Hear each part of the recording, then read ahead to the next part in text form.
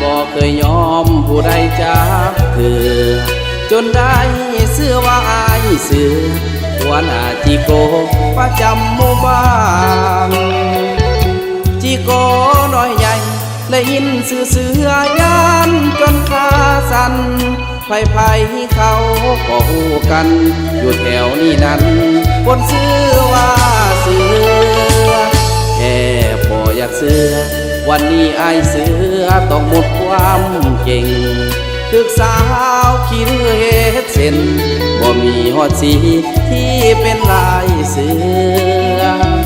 ถึกสาวดึงหนวดบ่มีอีหยังที่จะลงเรือคนที่ชื่อว่าอายเสือเหลืออยู่ในธรรมมีแต่น้ำตาอันคำว่าเสือวันนี้ต้องกลายเป็นเสือห้องไห้เป็นเสือสิ้นลายเสือหมดความหมายเป็นเสือให้ท่าถึกสาวขี้ดื้อตัวเสือหลงทางขาแค่ขาว่าเข้ามาเหยียบปักคำเลยนะตำนานเสือจอมสากจอบย้อนผู้สาวบ่มียังเหลืออยู่ในธรรมเสือที่เคยยิ่งใหญ่คงมี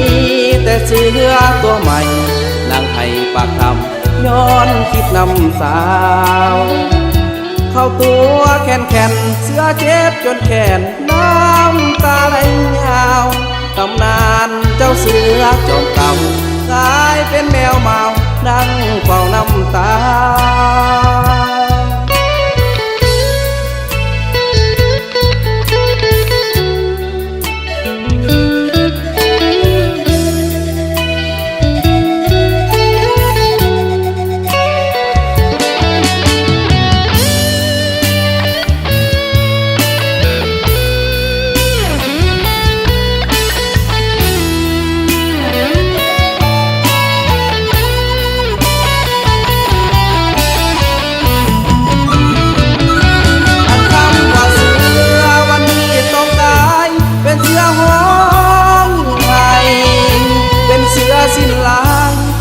หมดความหมายเป็นเสือให้ท่าถึกสาวขี้ดื้อตัวเสือหลงทางขาแค่ขาว่าเข้ามาเหยียบปักคำเลยนะตำนานเสือจอมสากจอบย้อนผู้สาวบ่มียังเหลือ